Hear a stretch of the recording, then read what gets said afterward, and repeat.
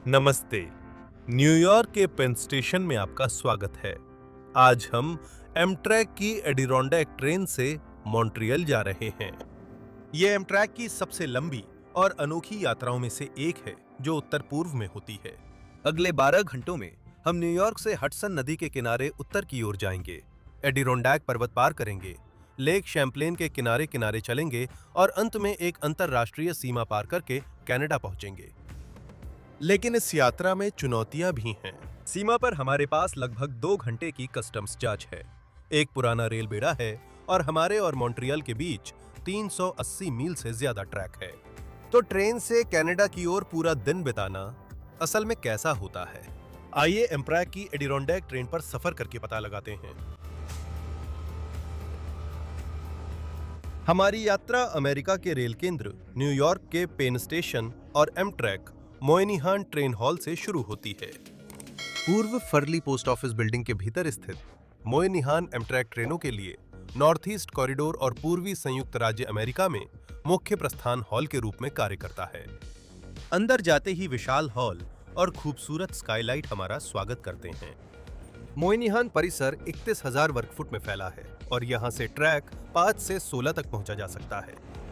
हम आज ट्रेन 69 एडिरोंडैक से यात्रा कर रहे हैं, जो उत्तर की ओर कनाडाई सीमा और आगे मॉन्ट्रियल तक जा रही है। हमारे पास प्रस्थान से पहले 1 घंटा है। मुख्य हॉल में सीट नहीं है तो हम कहां रुकें? हमेशा टिकटधारी प्रतीक्षालय उपलब्ध है। हॉल के उत्तर में स्थित यह प्रतीक्षालय सभी टिकटधारी यात्रियों के लिए है, चाहे उनका टिकट एमट्रैक का हो या LIWR का। आज हम कोच में यात्रा कर रहे हैं, लेकिन खास एमट्रैक मेट्रोपॉलिटन लाउंज में इंतजार करेंगे। पूर्वोत्तर में लाउंज उन्हीं यात्रियों के लिए है जिनके पास उसी दिन की फर्स्ट क्लास या sleeper booking, Amtrak select plus या चुनिंदा एग्जीक्यूटिव रिवॉर्ड सदस्यता है। हम आखिरी श्रेणी में आते हैं और हमारे स्टेटस की वजह से हमें अंदर जाने की अनुमति मिलती है। सच कहूं तो हम उस स्थिति में सिर्फ आप सबकी वजह से हैं। अगर एमट्रैक कंटेंट पर आपका लगातार समर्थन न होता तो मैं वहां तक नहीं पहुंचता। तो आज मैं आप सबके नाम एक जाम उठाता हूं और वो जाम है कॉफी का। जाहिर है सबका धन्यवाद करते हुए 60,000 सब्सक्राइबर्स का भी शुक्रिया कहना चाहता हूं। पिछले 5 सालों में आपका समर्थन शानदार रहा और यकीन नहीं होता कि हम यहां तक पहुंचे। दिल की गहराइयों से धन्यवाद और अगली 60,000 की ओर बढ़ते हैं। न्यूयॉर्क लाउंज ही एकमात्र लाउंज है जिसे पूरी तरह से नया रूप दिया गया है, जिसमें बेहतर बैठने की व्यवस्था, सुविधाएं और सबसे महत्वपूर्ण पूरा स्टाफ मौजूद रहने वाला स्नैक बार है। नाश्ते में दही, अंडे, ओट्स, पेस्ट्रीज और दोपहर व रात के खाने में सलाद, सैंडविच और रैप्स मिलते हैं।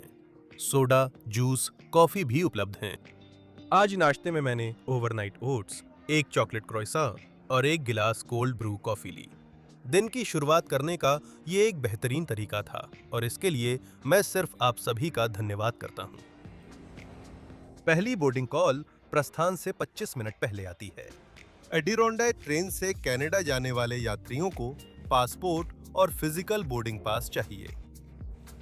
Physical boarding pass Amtrak kiosk, ticket office या मेट्रोपॉलिटन लाउंज के चेक इन डेस्क पर स्टाफ से प्रिंट करवाए जा सकते हैं। स्टाफ बोर्डिंग पास और पासपोर्ट चेक करता है और बोर्डिंग पास पर कनाडा की मुहर लगाता है, इसलिए फिजिकल पास जरूरी है। हमें 2 बैग टैग भी दिए जाते हैं क्योंकि बॉर्डर पार करने के लिए सभी कैरी ऑन बैग्स पर टैग होना जरूरी है। हम ट्रैक स्तर तक नीचे उतरकर एडिरोंडैक तक पहुंचते हैं। आज हमारी ट्रेन एम्फ्लीट वंस के डिब्बों के एक सेट से चल रही है, जिसके बीच में एक कैफे कार है। हमें पीछे की 2 में से एक कार की ओर इशारा किया गया है और हम आगे की यात्रा के लिए आराम से बैठ सकते हैं। अपने आप से आखिरी यात्री चढ़ते हैं और ट्रेन 69 न्यूयॉर्क से रवाना होती है। हम न्यूयॉर्क से उत्तर की ओर हडसन नदी घाटी की तरफ बढ़ना शुरू करेंगे। हम पॉकिप्सी और हडसन से होकर 110 मील प्रति घंटे की रफ्तार से अल्बानी में पहली लंबी रुकावट तक पहुंचते हैं। हमारी ट्रेन इंजन बदलती है और फिर उत्तर की ओर बढ़ती है। उस एडिरोंडैक पर्वतमाला में प्रवेश करती है जिसके नाम पर इस ट्रेन का नाम रखा गया है। हम लेक शैम्पलेन की दक्षिणी शाखा से मिलते हैं, जो पोर्ट हेनरी और प्लैट्सबर्ग के रास्ते विशाल नीले विस्तार में बदलती है। सीमा पर पहुंचने पर कस्टम एजेंट ट्रेन में चढ़ते हैं ताकि इमिग्रेशन जांच पूरी की जा सके, जो पूरी प्रक्रिया लगभग 2 घंटे चलती है। हम उत्तर की ओर और फिर पश्चिम की ओर मॉन्ट्रियल की तरफ बढ़ते हैं। सेंट लॉरेंस नदी को पार करते हुए शहर की सीमा में प्रवेश करते हैं और लाइन के अंत में मॉन्ट्रियल गारे सेंट्राले पहुंचते हैं। हम आज अपनी यात्रा में कुल 381 मील की दूरी तय करेंगे, जिसमें यात्रा का समय 12 घंटे और 1 मिनट का होगा। हम 123वीं स्ट्रीट के उत्तर में एम्पायर कनेक्शन की सुरंगों से बाहर निकलते हैं। शहर में छाए बादल अब भी हमारे ऊपर हैं और हडसन नदी घाटी पर फीका ग्रे रंग फैला रहे हैं।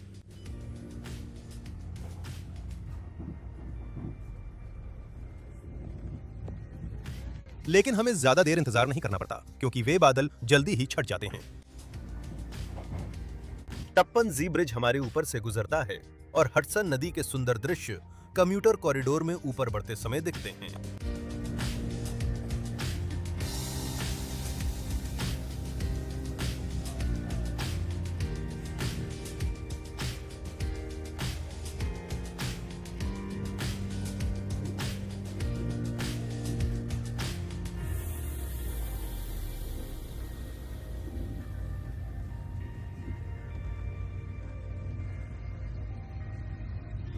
कैट्सकिल पर्वत तटों के पार उभरते हैं, क्षितिज को जमीन से ऊपर धकेलते हैं।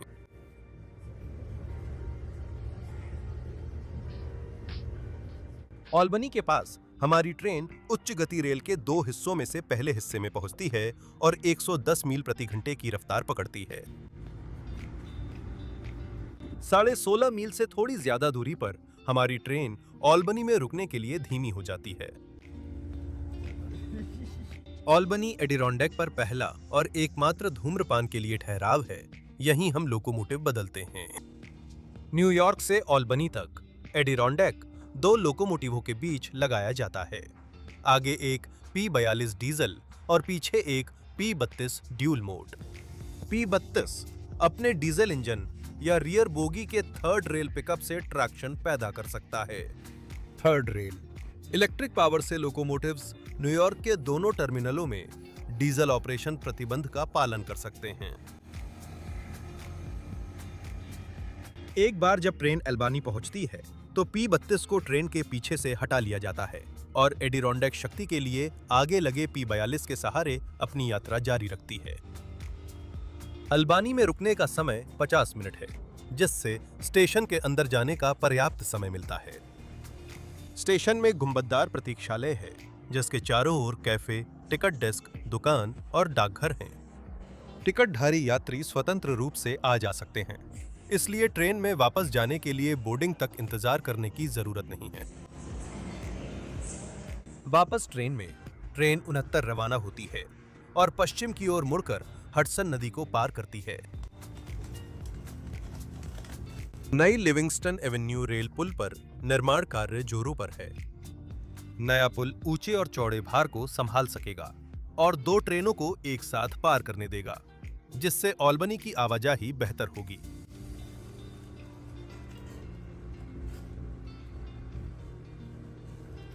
अब जरा अंदर का भी जायजा लें। देखें अगले 9 घंटे मॉन्ट्रियल तक हमारे पास क्या सुविधाएं हैं। जैसा कि हमने चढ़ते समय देखा था, एडिरोंडेक का संचालन एम्फ्लीट 1 इंटरसिटी कोचों के सेट से किया जाता है, जिसमें बीच में एक कैफे कोच होता है। बैठने की व्यवस्था एमट्रैक में 2x2 है। हर यात्री को लगभग 1 फुट लेग रूम, अगली पंक्ति के नीचे जगह, सीट बैक पॉकेट और ट्रे टेबल मिलते हैं।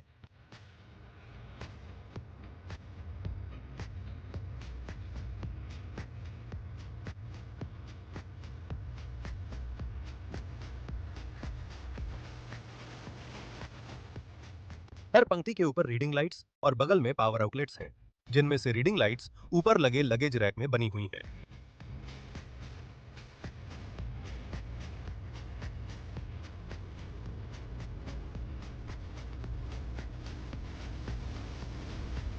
सीटें हर आर्मरेस्ट में दिए गए बटन से पीछे झुकाई जा सकती हैं और हर सीट लगभग 15 से 20 डिग्री तक पीछे झुकती है।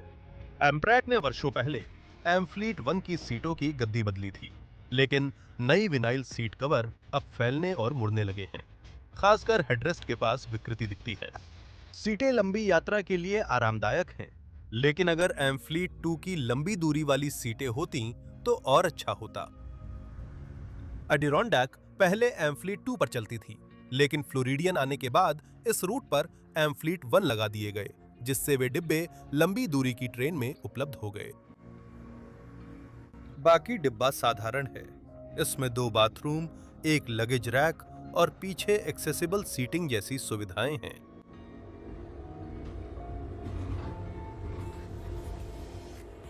एडिरोनडाक पर यह दोपहर का खाना खाने का समय हो रहा है, और खाने के लिए कैफे से बेहतर जगह और क्या हो सकती है। कैफे डिब्बा शांत है, क्योंकि ये ऑल्बनी से रवाना होने के बाद फिर से खुला है। यहाँ दोनों सिरों पर टेबल और बीच में एक बार है। वाईफाई एंटीना भी कैफे में ही लगा हुआ है, तो अगर आप सबसे मजबूत सिग्नल ढूंढ रहे हैं तो कैफे ही सबसे बढ़िया जगह है। एडिरोंडे ट्रेन में दोपहर का खाना एम्ट्रैक के नॉर्थ ईस्ट कैफे मेन्यू से मिलता है, जिसमें ठंडे सैंडविच, सलाद और गर्म खाने के विकल्प होते हैं। मैंने करी चना रैप और एक कोक जीरो लिया, जिसकी कीमत $13.50 पड़ी। उसमें से $10.50 के लिए मैं सच में उम्मीद कर रहा था कि रैप थोड़ा बड़ा होगा, लेकिन जब ग्राहकों के पास और कोई विकल्प नहीं होता तो ऐसे ही बस औसत पोर्शन मिलते हैं। स्वाद बस ठीक ठाक था।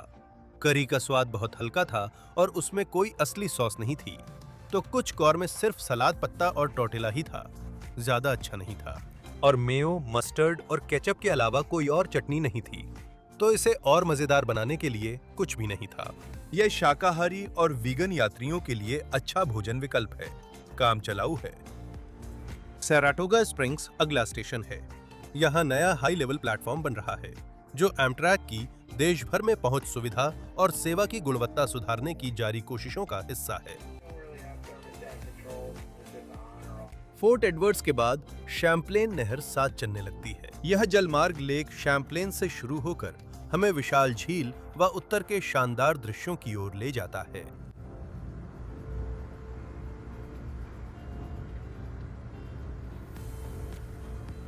जो अब तक पहाड़ियों का एक समूह था, वो जल्द ही हमारे ट्रेन के नाम का कारण बनकर एडिरोनडैक पर्वत बन जाता है। हम पर्वत श्रृंखला के पूर्वी किनारे पर हैं और सबसे अच्छे दृश्य पूर्व की ओर हैं, यानी एडिरोनडैक पर्वत नहीं दिखते। हम देख रहे हैं कि नहर झील शैम्पलेन के दक्षिणी छोर में बदल रही है। इसे देखने के लिए ट्रेन के पीछे की खिड़की सबसे अच्छी जगह है। PP-32 को ऑल्बनी में छोड़ने के बाद हमें न्यूयॉर्क राज्य के उत्तरी हिस्से के नजारों का शानदार दृश्य मिलता है।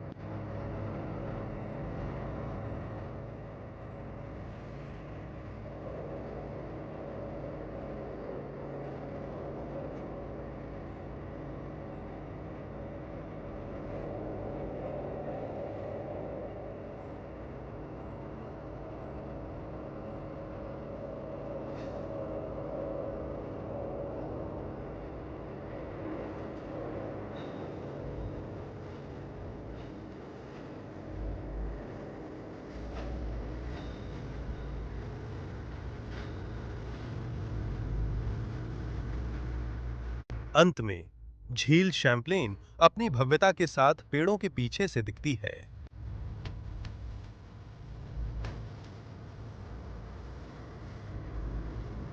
ये दृश्य शानदार है, मानो किसी लैंडस्केप कलाकार की बादलों पर बनाई गई स्टडी हो।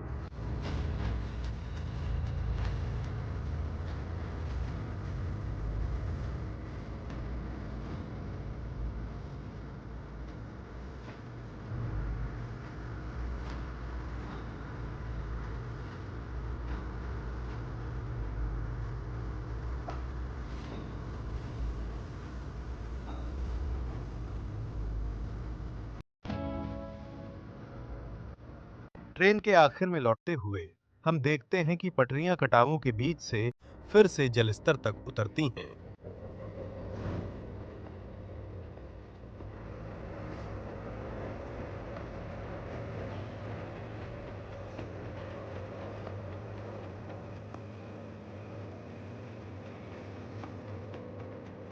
और देखो, वो हमारी ही दूसरी ट्रेन है, एमट्रैक 68।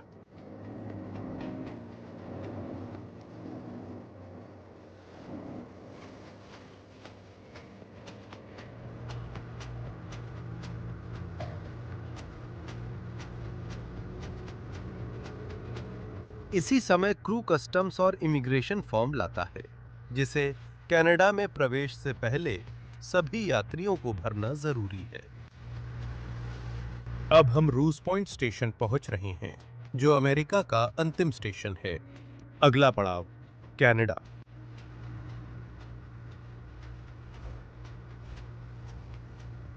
सीमा पटरियों पर बस कुछ ही मिनट आगे है। इस सीमा पार के लिए ज्यादा धूमधाम नहीं है। कनाडा में स्वागत या अमेरिका से विदाई का संकेत नहीं, सिर्फ एक छोटा स्मारक है जिसमें एक तरफ यूनाइटेड स्टेट्स और दूसरी तरफ कनाडा लिखा है। यहाँ कोई बड़ी नदी पार नहीं करनी है।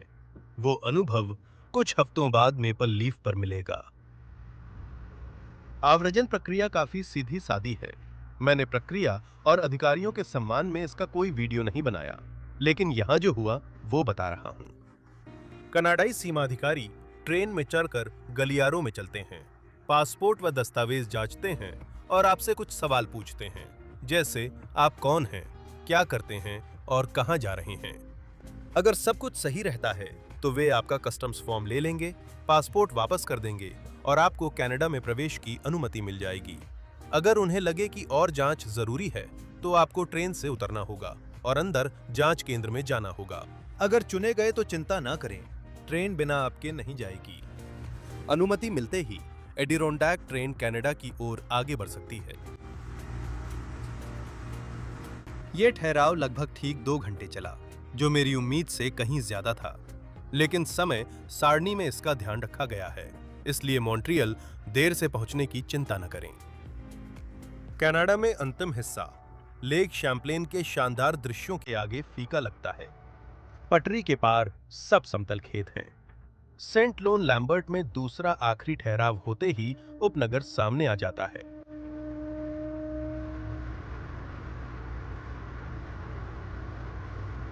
सीमा पर रुकना उम्मीद से लंबा था, पर मॉन्ट्रियल में सूर्यास्त के समय अंतिम मीलों का सफर बेहतरीन रहा। हम सेंट लॉरेंस नदी के ऊपर से गुजरते हैं, जहां इल नोट्रे डेम और सर्किट गिल्स विल्नोव दिखते हैं। फिर शहर नजर आता है।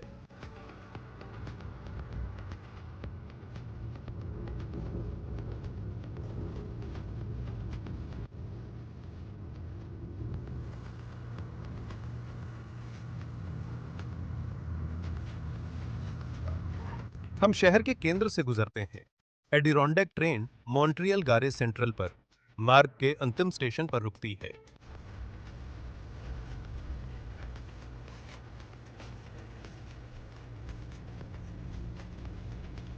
हमारी यात्रा के समाप्त होने के साथ हम स्टेशन के अंदर जा सकते हैं, जहां हम आज के वीडियो को समाप्त करेंगे। अगले हफ्ते हम स्वर्ग की ओर जाने वाली रेलवे पर सफर करेंगे।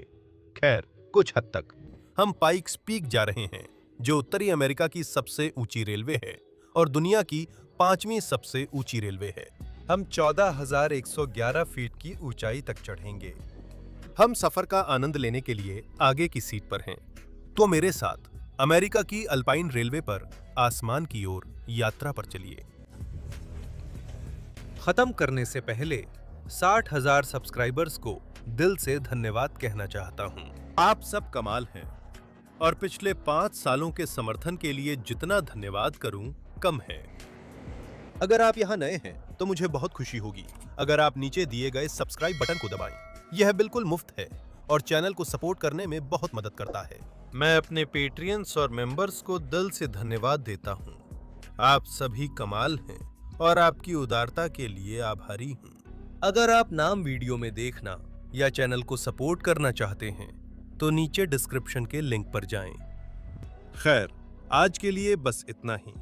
मेरे साथ सफर करने के लिए धन्यवाद और मैं आपको अगले वीडियो में मिलूंगा।